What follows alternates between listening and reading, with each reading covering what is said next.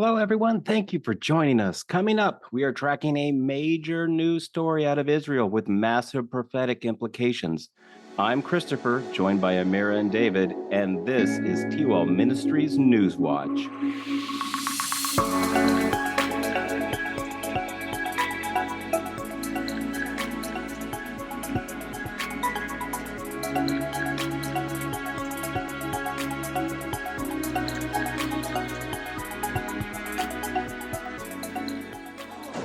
Sounds of battle ricochet across the Holy Land. Bullets reverberate in the night sky as rockets ring out in the city streets.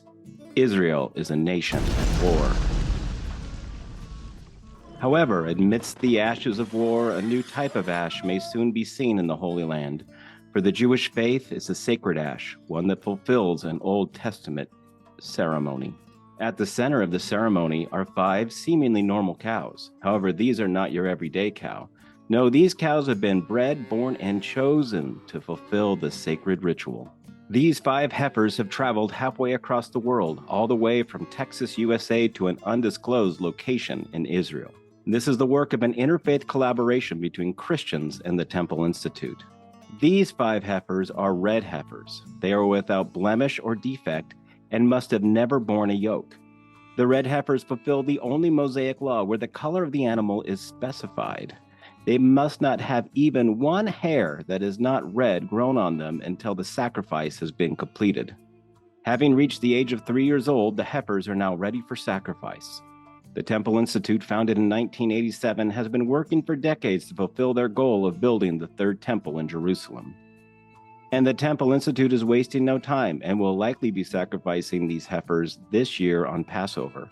In preparation for the sacrifice, the Temple Institute have acquired land precisely east of the Temple Mount, fulfilling a requirement that the red heifer's sacrifice must be performed in the view of the Holy of Holies, the most sacred site in the Jewish faith.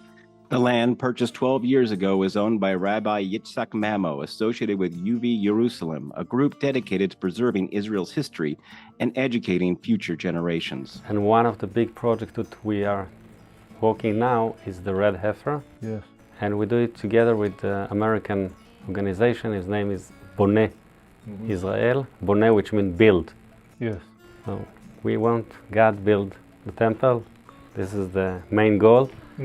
And the red heifer is a step before the building of the temple. The heifer's sacrifice, as outlined in the Book of Numbers, is essential for purifying priests and temple instruments. This ceremony has not been performed for almost 2,000 years, but not everyone wants this ritual to be completed.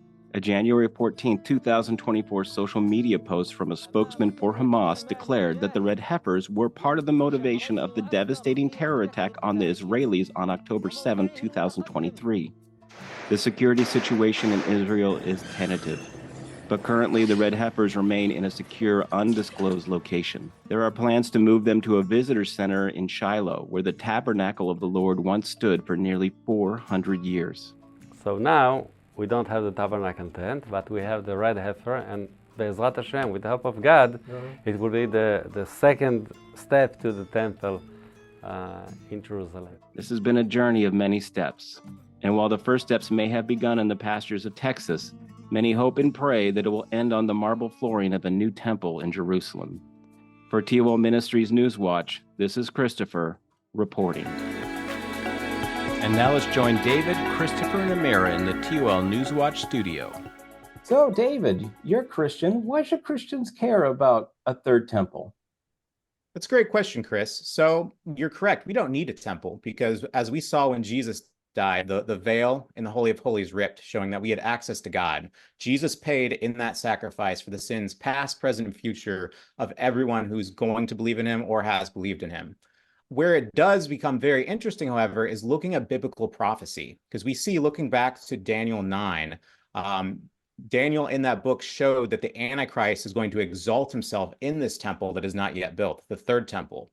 Again, in Matthew 24, we see Jesus quoting this. So we know that this is going to be built. Additionally, when this happens is the marking point of the start of the Great Tribulation, which Jesus said is going to be the worst time in human history. So, Amira, thinking about the red heifers, what do you think are the prophetic implications of the completion of this ritual? Are we witnessing a critical milestone of the end times? Yeah, we very well could be. I think it could be of great importance, but it might play out a little bit differently than expected. The only requirements for the resuming sacrifice is that they have the purification of the ashes from the heifers and an altar, which they do have. An opinion or a different perspective, we don't necessarily have to see a physical temple built. What could happen is that there could be a tent or tabernacle like in the days of Moses and David. And there'd also, I think the important part for the prophetic timeline is that there is a place where the Antichrist exalts himself, saying that he is the abomination of desolation.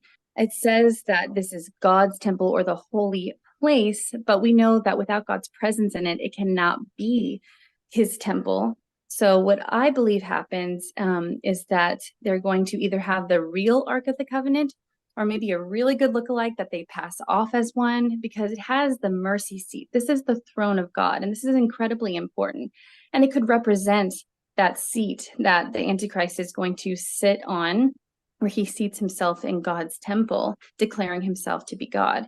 And this would be something important for the sign that Jesus did give the Jews, where it would mean something, it would affect them, and they would see it and then run into the wilderness. So I do think it has significance. Now, David, it seems like a lot of Christians are not aware of the red heifers and the significance that they represent, or that this is occurring. Yeah, I think it's a bad sign for the church that we're not truly watching. It's also a symptom of at least the American church not really concentrating on prophecy very much, that we're not really watching for Jesus. And we see Jesus over and over again in the Bible commanding us to watch for him.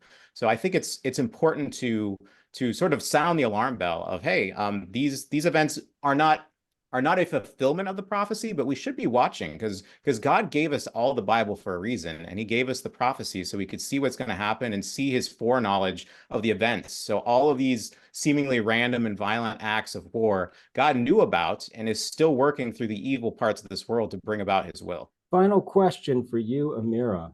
The red heifers mark a major milestone in recreating the temple. How do you think this impacts the start of the tribulation and the possible rapture of the church? Are we talking years, months, days, hours? What are we thinking here? Yeah, I'm not really sure on the amount of time, because what we're really looking for is that abomination of desolation to occur. The only issue is that the Temple Institute is kind of a fringe group that doesn't have a whole lot of support within the religious Jewish community. So it's hard to say how that will play out. So we'll just have to wait and see how things develop. For sure. And as you're talking there, I'm sort of reminded of the pragmatism of pre-tribulation rapture belief, and that if we think the rapture is imminent and could happen at any time, then we're always watching as Jesus commanded, and praying always that we might be considered worthy to stand in front of the Son of Man. So if you're hearing this for the first time and you've never accepted Jesus, what's really important, the most important thing, more important than the news or anything we've talked about, is that you accept Jesus today.